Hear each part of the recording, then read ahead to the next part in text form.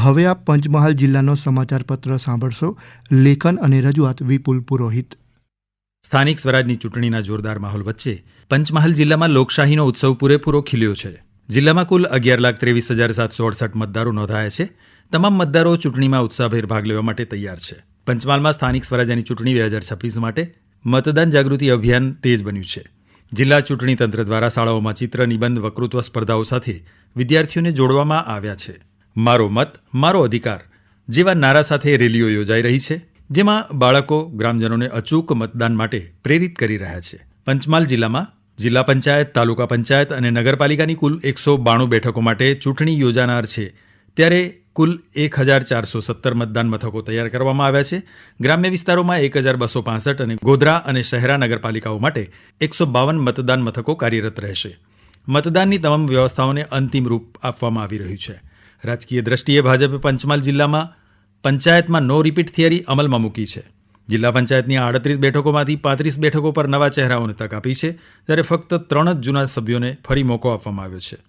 ગત ટર્મના 2 પ્રમુખોને પણ સ્થાન ન મળતા રાજકીય વર્તુળોમાં ચર્ચાઓ તેજ બની છે. ઉમેદવારી ફોર્મ પાછા ખેંચવાના અંતિમ દિવસે જિલ્લામાં રાજકીય ગરમાવો ચરમસીમાએ પહોંચ્યો હતો.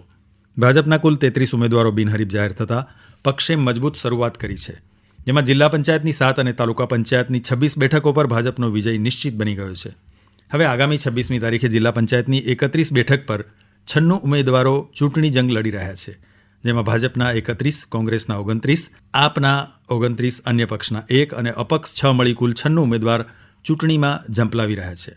નગરપાલિકાઓમાં પણ રસપ્રદ ચિત્ર જોવા મળી રહ્યું છે. ગોધરા નગરપાલિકામાં નવા સીમાંકન બાદ 11 વોર્ડમાંથી 1 થી 5 અને 10-11 કુલ 7 વોર્ડમાં જ ભાજપાએ ઉમેદવારી નોંધાવી છે.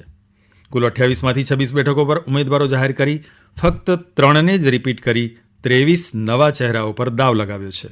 60 વર્ષથી વધુ ઉંમર અને 3 ટર્મના નિયમને કારણે અનેક જૂના જોગીઓની ટિકિટો નકારી દેવાઈ છે. નવા સીમાંકનને ધ્યાનમાં રાખીને ભાજપે જ્ઞાતિ અને સ્થાનિક વર્ચસ્વ ધરાવતા ઉમેદવારોને પ્રાથમિકતા આપી છે. ગોધરા નગરપાલિકામાં 44માંથી 4 મહિલા ઉમેદવારો બિનહરીફ ચૂંટાયા છે, જ્યારે બાકી 40 બેઠકો પર ભાજપ, કોંગ્રેસ, આપ, મીમ તથા અપક્ષ ઉમેદવારો વચ્ચે ત્રિપાખીઓ જંગ જામવાના એંધાણ છે. ખાસ નોંધનીય વાત એ છે કે કોંગ્રેસના ગઢ ગણાતા વોર્ડ નંબર 6 થી 9માં કોંગ્રેસે એક પણ ઉમેદવાર ઉતાર્યો નથી, જેને પગલે અપક્ષ ઉમેદવારોની સંખ્યા આ 4 વોર્ડમાં વધુ જોવા મળી રહી છે. બીજી તરફ શહેરા નગરપાલિકામાં ભાજપે 28માંથી 17 બેઠકો બિનહરીફ જીતી સ્પષ્ટ બહુમતી મેળવી લીધી છે. શહેરા પાલિકા અસ્તિત્વમાં આવી ત્યારથી આજ સુધી પોતાની સત્તા જાળવી રાખવાની પરંપરા યથાવત રાખી છે. કૃષિ ક્ષેત્રે પણ પંચમહાલ જિલ્લામાં મહત્વપૂર્ણ વિકાસ નોંધાયો છે. પૂર્વ પટ્ટી ઉદ્વહન સિંચાઈ યોજના હેઠળ 79 ગામોના 130 તળાવો ભરાયા છે, જેના કારણે આશરે 86,000 એકર જમીનને સિંચાઈનો લાભ મળ્યો છે. ઉનાળાની ઋતુમાં પાણીની ઉપલબ્ધતા વધતા ખેડૂતો અને પશુપાલકોને મોટી રાહત મળી છે અને ભૂગર્ભ જળસ્તર સુધરવાની આશા વ્યક્ત થઈ રહી છે. ધાર્મિક અને સાંસ્કૃતિક રીતે પણ જિલ્લો સક્રિય રહ્યો છે. ગોધરા શહેર સહિત સમગ્ર જિલ્લામાં રામનવમીના પાવન પર્વે વિવિધ ધાર્મિક કાર્યક્રમો સાથે ભવ્ય શોભાયાત્રાઓ યોજાઈ, જેમાં જય શ્રી રામના નાદ સાથે શહેરો ભક્તિમય બન્યા હતા.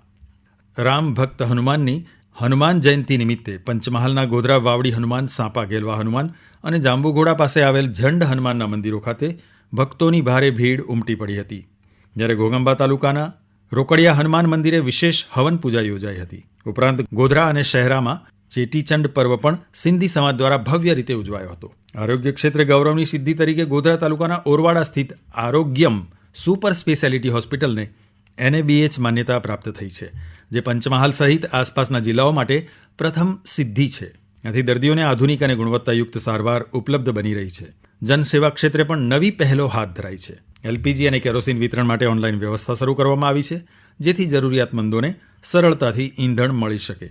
ગોધરા ખાતે પોલીસ દ્વારા જનસંપર્ક કેન્દ્ર શરૂ કરવામાં આવ્યું છે, જે લોકોની ફરિયાદોના ઝડપી નિવારણ માટે સેતુરૂપ બની રહ્યું છે.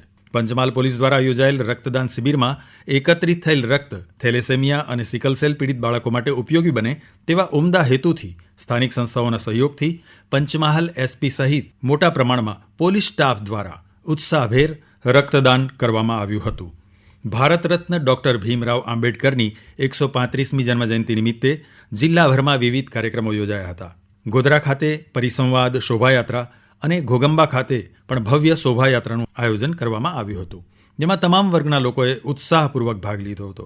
આ રીતે પંચમહાલ જિલ્લામાં ચૂંટણીનો ઉર્જાભર્યો માહોલ, રાજકીય હલચલ, કૃષિ વિકાસ, આરોગ્ય સેવાઓમાં પ્રગતિ અને ધાર્મિક સાંસ્કૃતિક ઉજવણીઓ આ તમામ મળી જિલ્લામાં વિકાસ અને જનજીવનની જીવંત છબી રજૂ કરે છે. વિપુલ પુરોહિત, આકાશવાણી સમાચાર, પંચમહાલ, ગોધરા.